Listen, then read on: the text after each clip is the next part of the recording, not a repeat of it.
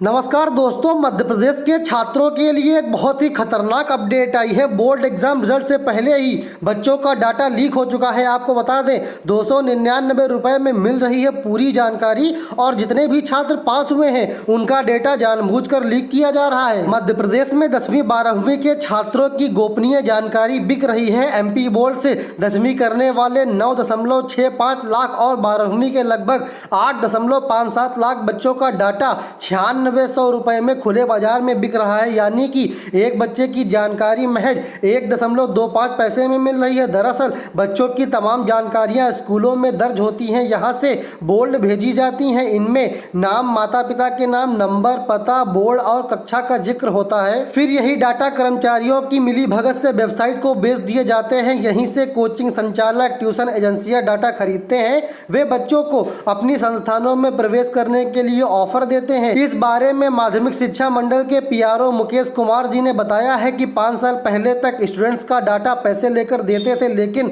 अब ये दिया नहीं जाता है। ये डाटा कहीं और से लीक होता होगा। जानकारों की माने तो बोर्ड या स्कूल स्तर पर बच्चों की गोपनीय जानकारियों की खरीद बिक्री हो रही है। यह साइबर क्राइम के लिए एक बूस्टर है। डाटा कारोबारी पहले कोचिंग कॉलेज संचालकों को जानकारी बेचते हैं, फिर पुरानी होने पर यह जानकारी एजेंटों के जरिए साइबर क्राइम और ठगी करने वालों तक पहुंच जाती है। साइबर ठगी की बढ़ती संख्या का यह एक बहुत बड़ा कारण है। इसका खुलासा पत्रिका की पड़ताल में हुआ। पत्रिका रिपोर्टर ने कोचिंग संचालक बनकर डाटा बेचने वाले 10 कारोबारियों से बात की, डाटा भी खरीदा। तमाम डाटा खंगालने के बाद गोपनीय जानकारियों की खरीद बिक्री का कारोबार सामने आया। डाटा नया हो तो कीमत बहुत ज्यादा होती है, पुराना होने पर 299 रुपए में उपलब्ध हो जाता है। ऐसे में छात्रों की समस्याएं बढ़ जाती हैं। आप लोगों ने देखा होगा कई बार आपके मोबाइलों पर मैसेज आता है कि आगे पढ़ने के लिए यहाँ संपर्क करें। उसके साथ साथ करियर बिल्डअप की कुछ बात आती है, कोचिंग के एड्स आते हैं। तो ये कहाँ से आते हैं? ये आपका डाटा लीक होता है। अभी एमपी बोर्ड के रिजल्ट जारी नहीं हुए हैं, लेकिन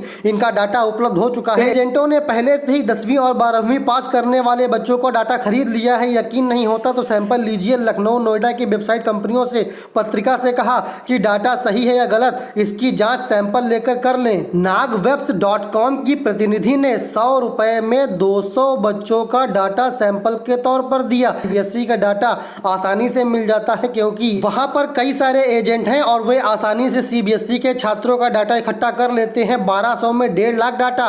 फ्रंटाइल इंटरनेशनल एजेंसी ने 1200 रुपए में 1.5 लाख विद्यार्थियों का डाटा बेचने की बात कही है। एजेंसी का यह भी दावा है कि 9वीं से 12वीं तक के डेटा उनके पास उपलब्ध है।